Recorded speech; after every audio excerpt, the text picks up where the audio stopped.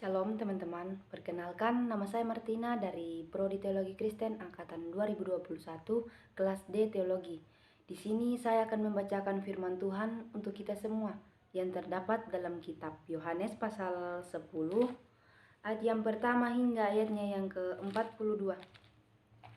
Firman Tuhan berkata demikian, "Gembala yang baik, aku berkata kepadamu, sesungguhnya siapa yang masuk ke dalam kandang domba dengan tidak melalui pintu, tetapi dengan memanjat tembok, ia adalah seorang pencuri dan seorang perampok.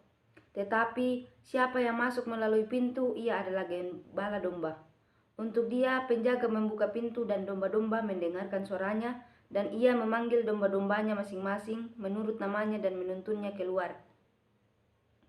Jika semua dombanya telah dibawanya keluar, ia berjalan di depan mereka dan domba-domba itu mengikuti dia, karena mereka mengenal suaranya. Tetapi seorang asing pasti tidak mereka ikuti, malah mereka lari daripadanya, karena suara orang-orang asing tidak mereka kenal." Itulah yang dikatakan Yesus dalam perumpamaan kepada mereka, tetapi mereka tidak mengerti apa maksudnya. Ia berkata demikian kepada mereka. Maka kata Yesus sekali lagi, "Aku berkata kepadamu, sesungguhnya akulah pintu kepada domba-domba itu. Semua orang yang datang sebelum aku adalah pencuri dan perampok, dan domba-domba itu tidak mendengarkan mereka. Akulah pintu, barang siapa masuk melalui aku, ia akan selamat, dan ia akan masuk dan keluar dan menemukan padang rumput. Pencuri datang hanya untuk mencuri dan membunuh dan membinasakan. Aku datang supaya mereka mempunyai hidup dan mempunyainya dalam segala kelimpahan. Akulah gembala yang baik. Gembala yang baik memberikan nyawanya bagi domba-dombanya. Sedangkan seorang upahan yang bukan gembala dan yang bukan pemilik domba-domba itu sendiri, ketika melihat serigala datang, meninggalkan domba-domba itu lalu lari, sehingga serigala itu menerkam dan mencerai-beraikan domba-domba itu. Ia lari karena ia seorang upahan dan tidak memperhatikan domba-domba itu. Akulah gembala yang baik, dan aku mengenal domba-dombaku, dan domba-dombaku mengenal aku. Sama seperti Bapa mengenal aku, dan aku mengenal Bapa. Dan aku memberikan nyawaku bagi domba-dombaku. Ada lagi padaku domba-domba lain, yang bukan dari kandang ini. Domba-domba itu harus kutuntun juga, dan mereka akan mendengarkan suaraku, dan mereka akan menjadi satu kawanan dengan satu gembala. Bapa mengasihi aku oleh karena aku memberikan nyawaku untuk menerimanya kembali. Tidak seorang pun mengambilnya daripadaku, melainkan aku memberikannya menurut kehendakku sendiri. Aku berkuasa memberikannya dan berkuasa mengambilnya kembali. Inilah tugas yang kuterima dari Bapakku."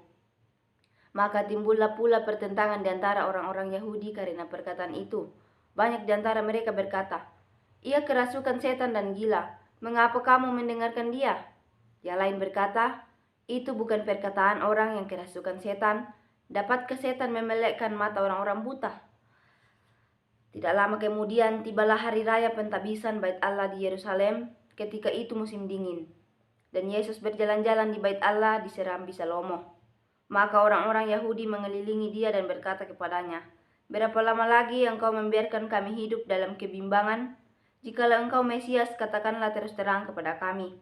Yesus menjawab mereka, "Aku telah mengatakannya kepada kamu, tetapi kamu tidak percaya.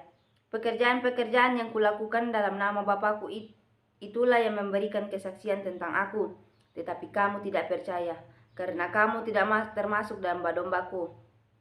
Domba-dombaku mendengarkan suaraku, dan aku mengenal mereka, dan mereka mengikut aku. Dan aku memberikan hidup yang kekal kepada mereka, dan mereka pasti tidak akan binasa sampai selama-lamanya, dan seorang pun tidak akan merebut mereka dari tanganku. Bapakku yang memberikan mereka kepadaku lebih besar daripada siapapun, dan seorang pun tidak dapat merebut mereka dari tangan Bapa. Aku dan Bapa adalah satu." Sekali lagi orang-orang Yahudi mengambil batu untuk melempari Yesus. Kata Yesus kepada mereka, "Banyak pekerjaan baik yang berasal dari Bapakku yang kuperlihatkan kepadamu. Pekerjaan manakah di antaranya yang menyebabkan kamu mau melempari aku?" Jawab orang-orang Yahudi itu, "Bukan karena suatu pekerjaan baik maka kami mau melempari engkau, melainkan karena engkau menghujat Allah, dan karena engkau sekalipun hanya seorang manusia saja menyamakan dirimu dengan Allah." Kata Yesus kepada mereka, "Tidakkah ada tertulis dalam kitab Taurat, aku telah berfirman, kamu adalah Allah?" Jikalau mereka kepada siapa firman itu disampaikan, disebut Allah, sedang kitab suci tidak dapat dibatalkan. Masihkah kamu berkata kepada Dia yang dikuduskan oleh Bapa dan yang telah diutusnya ke dalam dunia, engkau menghujat Allah karena aku telah berkata, aku anak Allah?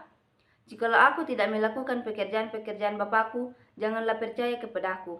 Tetapi jikalau aku melakukannya dan kamu tidak mau percaya kepadaku, percayalah akan pekerjaan-pekerjaan itu, supaya kamu boleh mengetahui dan mengerti bahwa Bapa di dalam aku dan aku di dalam Bapa.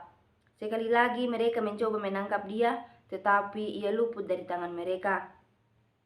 Kemudian Yesus pergi lagi ke seberang Yordan, ke tempat Yohanes membaptis dahulu, lalu Ia tinggal di situ.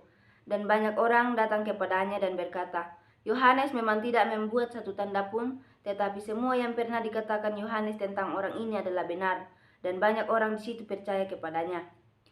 Terpujilah Kristus, amin. Sekian dari saya, kiranya Tuhan Yesus memberkati kita semua. Shalom.